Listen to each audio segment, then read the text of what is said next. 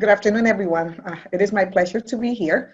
Like she said, my name is Joselyn Marte. I work for the Lawrence Adult Learning Center, which is actually a division of the Lawrence Public Schools. We currently serve about 530 students, providing ESOL instruction, high school equivalency, family literacy, citizenship. We have a pilot para-educator program. And we also have the test center where we do testing for HSE and the para-educator test. Right now, I wanted to talk about what it is that we have been doing at the Adult Learning Center to kind of outreach and support our students during this remote learning situation that was very unprecedented, as we all know. The first thing that we did was that we met as a group, the teachers and the advisors and the principal and the other administrators, to look at how we could provide support to our student.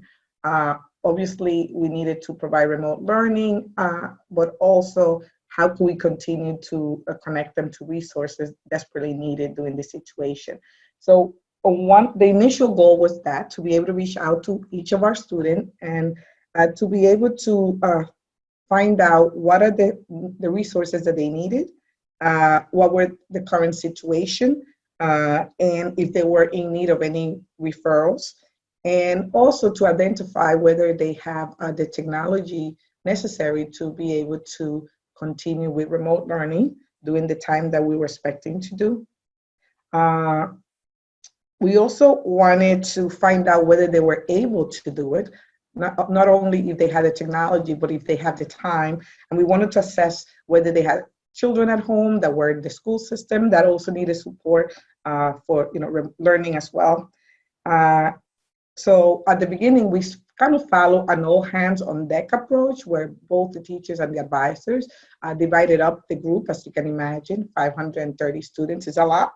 So we tried to, all of us reach out to all of the students and find out some of the questions that I mentioned earlier. It was a very coordinated approach.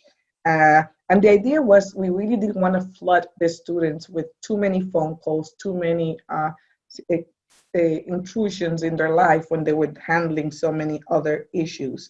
So moving forward, after we were able to initially reach out to most of our students, then we decided, we changed the approach that the teachers will be the point person to be communicating with the students on a regular basis. And the program that we created is that the teacher will be in constant communication with the advisor. So if a student was not able to do remote learning, or if a student was having an issue, they would notify the teacher, and the teacher will contact the advisors, and we then follow up with the student to make sure that they get the referral that they needed and that they get the support. So that's what we have been doing moving forward for the last month or so.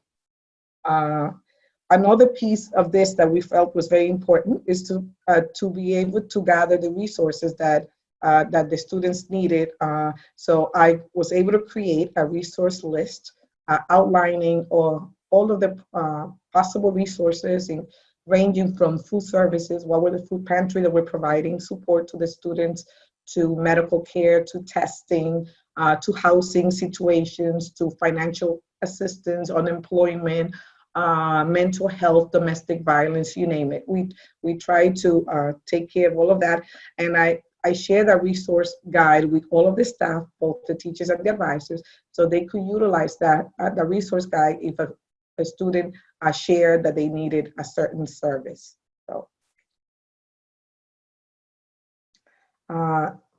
the other piece that we looked at is how, because when we were in the school, obviously we were able to communicate with the student by using our phone in our office, but now we were not able to do that. And some of the teachers were already utilizing different tools to communicate with the students. The HSE teachers usually use Remind, and the ESOL teachers, a lot of them were using WhatsApp, which is easier for most of our ESOL students to use. So some of the advisors decided what was the best approach that they wanted to utilize to reach out to the student. In my case, I decided to do Remind because I had so many students and I felt it was going to be easier to just shoot out one text, and send it out to a large class, of students. And this is a screenshot of one of the messages that I send to the student. In this case, it's a student in the Educator program. And so I do this on a weekly basis. I shoot out texts through Remind, letting them know, that we are here, checking with them, not to be very intrusive, but just letting them know that, that if they have any questions or concerns or need any referrals, that I'm available to do that. So, and so that's what I'm using. And like I said, others teachers are using, we have a teacher who's using Google Voice, others are using WhatsApp, some are sending emails, but in my situation, in my case, I am using Remind and also utilizing my phone when I need to communicate with them and if they're not responding to my Remind messages.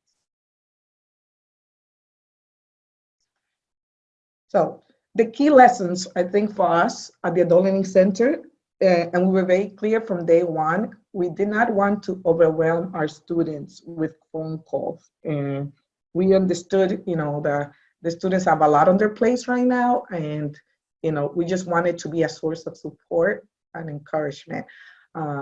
We also looked at our expectations. We have a very intense program where 5 mornings a week, 3 nights a week, 3 afternoons a week. Those are the different schedules. So we were very conscious from day one that we were not going to expect our students to complete the amount of work that they were doing face-to-face. So we decided we're going to adjust our expectation as long as they, first of all, that we're able to connect with them, whether they complete the work or not. Having connection with them was the most important thing. And second of all, if they were able to complete some work, letting them know that it is okay, to do as much as they could, and that they were not going to be judged or pressured to do more. Many of our students are low-income students who work in manufacturing in the city of Lawrence, or they're essential workers working in supermarkets, in warehouses. So their schedule right now is very overwhelming. So we didn't want to expect them to do more than they could do at this point.